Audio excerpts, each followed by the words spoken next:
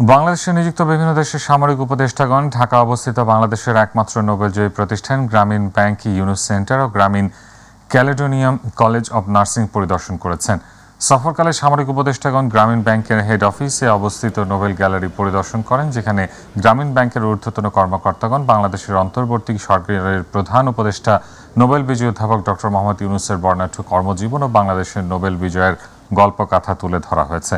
Yunus centre সফর শেষে সামরিক উপদেষ্টাগণ ঢাকার উত্তরায় অবস্থিত গ্রামীণ ক্যালেডোনিয়ান কলেজ অব নার্সিং পরিদর্শন করেন। পরিদর্শনকালে তারা কলেজে অধ্যয়নরত শিক্ষার্থীবৃন্দ কর্তৃক আয়োজিত মনোজ্ঞ সাংস্কৃতিক অনুষ্ঠান উপভোগ করেন।